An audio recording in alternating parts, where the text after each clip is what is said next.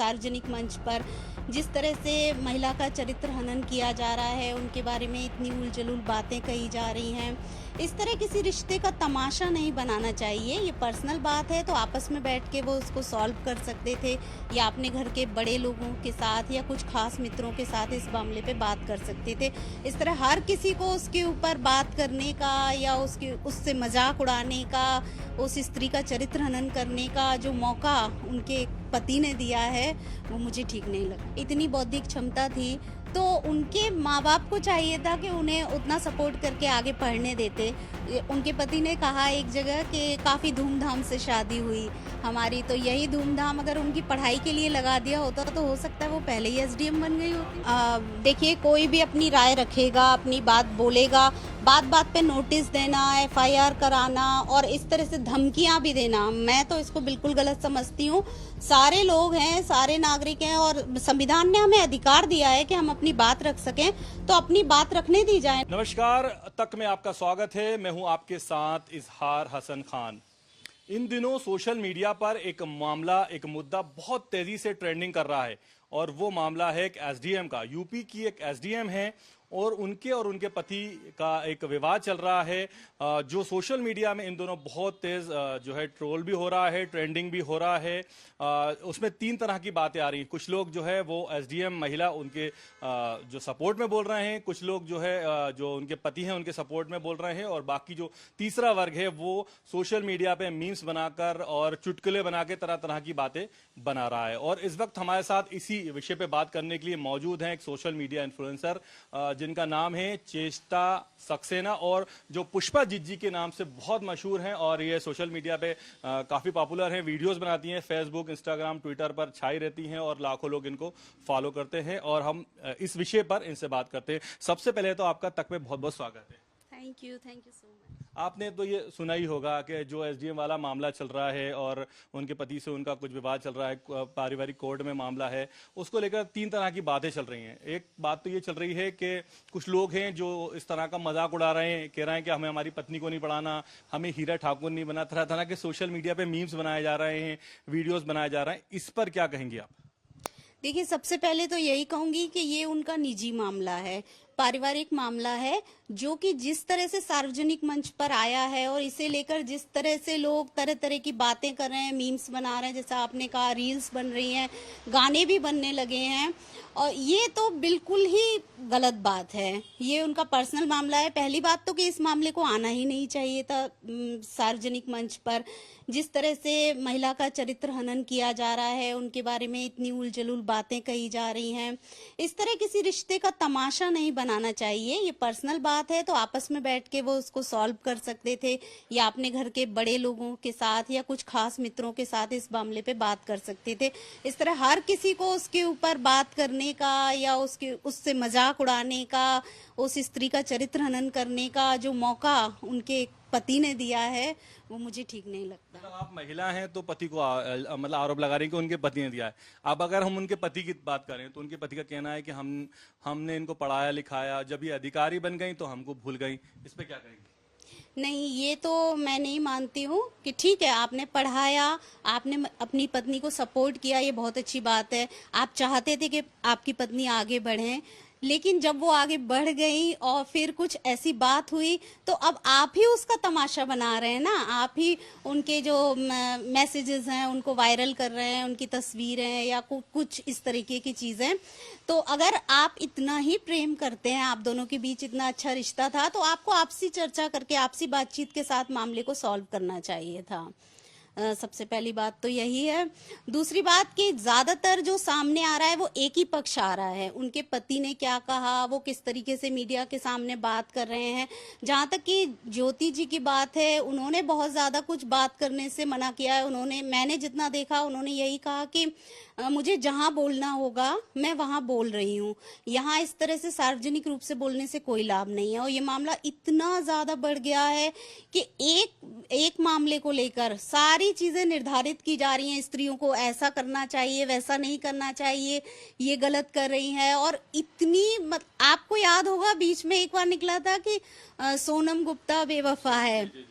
अब वही हो गया कि क्या ज्योति मौर्य बेवफा है। हाँ, तो लेकिन आपको नहीं लगता कि जब इतना सब कुछ माहौल बन चुका है, इतना फैल चुका है, तो उन्हें बोलना चाहिए? उनको जब पब्लिक में डोमेन में बात है तो मीडिया से बात करना चाहिए। जब भी उनसे सवाल किया जाता है वो जवाब दिए बिना चली जाती है, कुछ नहीं बोलती। तो उन्हें जब इतना हो चुका है, आप ऑलरेडी इतने किया का है, आपका मामला इतना फैल चुका है, बदनामी हो रही है, आप एक बहुत बड़ा वर्ग इन पे आरोप लगा रहा है, तो आपको ये लगता है कि उन्हें पब्लिक में आके बोलना चाहिए ना, अपना पक्ष रखना चाहिए? हाँ, रखना चाहिए, लेकिन ये भी एक उनकी व्यक्तिगत चॉइस हो सकती है कि मैं इस जगह पे नहीं बोल के और ज्यादा तमाशा नहीं बनाना चाहती। ऑलरेडी इतना तमाशा बन चुका है। अब वो जैसा वो कह रही है कि जहाँ जरूरत है मैं वहां बोल रही हूँ, तो ये भी हम किसी को बाध्य नहीं कर सकते कि नहीं नहीं भाई आपको भी यहाँ बोलना जरूरी है। तो मगर थोड़ा सा धैर्य रखना चाहिए दोनों ही पक्षों को। और मामला जो उनकी पत्नी जो कह रही हैं कि वो तलाक की प्रोसेस चल रही है, कानूनी प्रक्रिया चल रही है, तो उसी पर फिर बात होनी चाहिए वहीं पर। यहाँ इतना तमाशा करने की, इतना बखेड़ा करने की क्या जरूरत है? एक कहा जाता है कि बात निकलेगी तो दूर तक जाएगी। वो यूपी का मामला है, लेकिन उसका असर एमपी तक पे देखने को मिल रहा है। बल्कि पूरे देश में एक धारणा सी बन गई है, जो बेचारी महिलाएं हैं, जो जिनके घर की पारिवारिक स्थिति अच्छी नहीं है और वो पढ़ाई लिखाई में सक्षम है और वो पढ़कर कुछ बन सकती हैं, अब उनको भी इस परेशानी का सामना करना पड़ रहा है। कहीं ना कहीं उनके पति भी डाउटेड है कि ऐसा नहीं हो मैंने अपनी पत्नी को पढ़ाया तो ये इसका मेरा हश्र भी ऐसा हो जाए।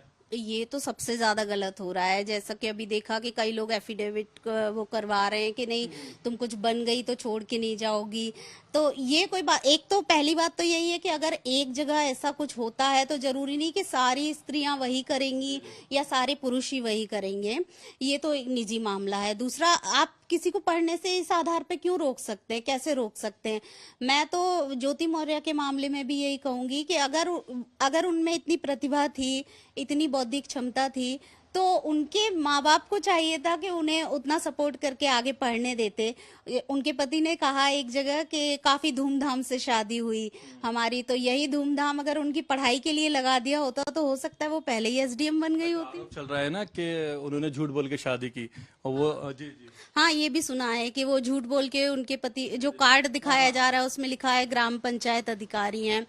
तो या तो अगर ये बात सही है तो इस रिश्ते की नींव ही झूठ पर टिकी हुई है। तो फिर इस तरीके से देखें तो फिर उनके पति को भी ये भी मानना चाहिए कि मैंने झूठ बोला था, पहले ही झूठ बोला था। अब जब आपने ही शुरुआत झूठ बोल के की है तो फिर आप दूसरे पर आरोप लगाएंगे तो वो दोनों बात फिर आपकी भी तो गड़बड़ हो जाती है। एक चीज चल रही है, बेटी को पढ़ाओ, बहू को मत पढ़ाओ और पत्नी को मत पढ़ाओ। तो ये जो है ना, आपने देखा होगा कि आजकल की दुनिया में जो सोशल मीडिया है वो एक आम इंसान के ऊपर एक बहुत असर डालता है, जो बल्कि जो ग्रामीण क्षेत्र है वहां पर भी इसका बहुत असर देखने को मिलता है, क्योंकि कई जगह ऐसी हैं जहां पर टीवी नहीं है लेकिन इंटरनेट हर जगह है। तो उसके माध्यम से उन लोगों के दिमाग पर भी एक असर पड़ रहा है कि बेटी को, मतलब इस तरह की मैसेज चला रहे हैं, चुटकुले बना लिए, मीम बना रहे हैं कि बेटी को तो पढ़ाओ लेकिन बहू को और पत्नी को मत पढ़ाओ। तो इस पर क्या कहेंगे आप? धारणा सी बन रही है समाज में वैसे भी लड़कियों को बांध के रखने की तो बहुत अच्छी परंपरा हमारे यहाँ शुरू से चली आ रही है। ज्यादातर तो यही चाहते, आज भी आप देखिए ना कि लड़कियों और लड़कों में पढ़ाई का रेशियो बहुत अलग अलग है। तो ये तो एक मौका लग रहा है कि हम पढ़ा रहे हैं, और दूसरा ये कि अगर जो पढ़ा रहे हैं वो बहुत बड़ा एहसान कर रहे हैं, बहुत बड़ा महान काम कर रहे हैं। और दूसरी बात कि अब चलो ये हो गया, अब आगे से कोई ऐसा नहीं करेगा। चलो ये तो बहुत अच्छा हुआ कि ये केस सामने आ गया, अब हम भी मना कर देते हैं कि नहीं पढ़ाएं। क्यों नहीं पढ़ाएं भाई? पढ़ाना तो जरूरी है ना। पढ़ाने का इस बात से क्या ताल्लुक है? आप इस तरह से एक तो जंजीर से बांध के किसी को रखने में कौन सा सुख महसूस करते हैं? इस केस में भी आप देखें तो मुझे ये लगता है कि रिश्ते में कड़वाहट तो आ ही चुकी थी, तनाव की स्थिति तक तो उनका रिश्ता पहुंच ही रहा था, इसीलिए इतना तमाशा हुआ। अगर उतना प्रेम भरा रिश्ता होता तो फिर इतने तमाशे की गुंजाइश ही नहीं बनती। आपने कहा कि रिश्ते में कड़वाहट आ गई थी, तो अब ये बात आती है कि पति पत्नी और वो एक व्यक्ति हैं जो कमांडेंट है। कहा जा रहा है कि इन पति पत्नी की जो रिश्ता बिगड़ रहा है या टूटने की कगार पे, इसके लिए वो जिम्मेदार है। उस पर आप क्या कहेंगे? हाँ, तो ये भी कि देखिए, जैसा मैं पहले कह रही थी वो सोनम गुप्ता बेवफा है और ज्योति मौर्य, तो कोई ये नहीं कह रहा मनीष दुबे बेवफा है किसी पुरुष के लिए। आपने पहले भी नहीं सुना होगा इस तरह से। अगर इन्होंने किया है तो साथ में तो मतलब आप ये कहना चाहती हैं कि पुरुष प्रधान समाज है, कोई कुछ भी करे, महिला ही बदनाम होती है। एग्जैक्टली यही कहना चाह रही हूँ कि महिला का चरित्र हनन तो सबसे पहले किया जाता है। आप देखिएगा कि सोशल मीडिया पर भी जो औरत केवल महंगाई और बेरोजगारी की बात करेगी उसका भी चरित्र हनन कर देते हैं। तो ये तो एक मामला उनके लिए बहुत बड़ा हुआ कि आप शादी के बाद प्रेम कर रही हैं। और दूसरी बात मुझे ये भी लगती है कि जिस समाज में शादी से पहले लड़की प्रेम करे तब ऑनर किलिंग हो जाती है, तो शादी के बाद करेगी तो ये तमाशा तो अपेक्षित है, होना ही था ये तो सारा कुछ। तो फिलहाल तो इस मामले को इससे ज्यादा तूल नहीं दिया जाना चाहिए। उनकी कानूनी प्रक्रिया चल रही है, उसमें वो होना चाहिए। और जो भी है उनको आपसी बात की अगर आप गुंजाइश बची है, अब तो लगता नहीं है जितना तमाशा हो गया है, उस तरीके से करना चाहिए।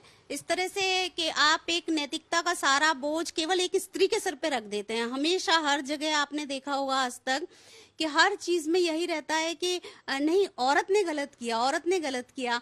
कितने सारे पुरुष हैं, कितने मतलब आप देखिए कितने मशहूर लोग हैं, सिंगर, एक्टर, लेखक, प्रोफेसर, न जाने कौन कौन, जिन्होंने एक शादी के बाद बिना तलाक लिए हुए दूसरे जगह संबंध बनाए या शादियां की। उनमें से कितनों के नाम इस तरह उछाले गए हैं। लेकिन एक स्त्री की बात आ रही है तो आप इस तरह से उछाल रहे हैं उस बात को। वो उनका होने दीजिए, ये उनका पर्सनल मैटर है। उनके पति के लिए मुझे जरूर लगता है कि इस तरह से उनको नहीं तमाशा बनाना चाहिए था। पुष्पा जी अपने फॉलोअर्स से उन्हीं के अंदाज में इस मामले को लेकर क्या कहना चाहेंगी? एक हम तो यही कहेंगे भैया कि जे उन और उनको आपस का मामला है, बे दो ही जने मिलकर बातचीत कर लेते, एक तमाशा बना के काय धर दो सब जगह पे। आप सोचो तो ना कि अगर आप आपस में इतने घनिष्ठ रिश्ता है तो आपस में बात करके सुलझा सकते। काय के लाने सोशल मीडिया पे ले आए जो मामला, मीम बन रहे, गाना बन रहे, का बन रहा है, दो यन के बारे में दो खाप हो गए पूरे समाज में, को जा की तरफ को बा की तरफ। तो जे मामला को आराम से सुलझन दो और दूसरे लोगों से जो ये कि भैया अपने घर के कामकाज देखो, समाज की बे चीजें देखो जिनसे असर पड़ रहा है, महंगाई कितनी बढ़ रही है, बापे बात करो। जे मामला में का धरो है, टांगड़ावे की का जरूरत है। हमसे बात करने के लिए बहुत बहुत शुक्रिया। Thank you so. ये थी चेष्टा सक्सेना उर्फ पुष्पा जी, जिनका साफ तौर पर कहना है कि जो पति पत्नी है उनका व्यक्तिगत मामला है, मामला फैमिली कोर्ट में है, तो उन्हें उनके हाल पे छोड़ देना चाहिए। और जो लोग मीम्स बना रहे हैं, तरह तरह के चुटकुले बना रहे हैं, उनके लिए उनका संदेश ये है कि समाज में और भी कई सारे मुद्दे हैं, विषय हैं जिन पर आप चुटकुले बना सकते हैं, मीम बना सकते हैं। भ्रष्टाचारी है, बेरोजगारी है, इस तरह के और कई मुद्दे हैं, उन पर आपको मीम बनाना चाहिए और इस मामले को पति पत्नी के हाल पर छोड़ जाना चाहिए। तक के लिए कैमरा पर्सन निशात खान के साथ इजहार हसन खान, भोपाल।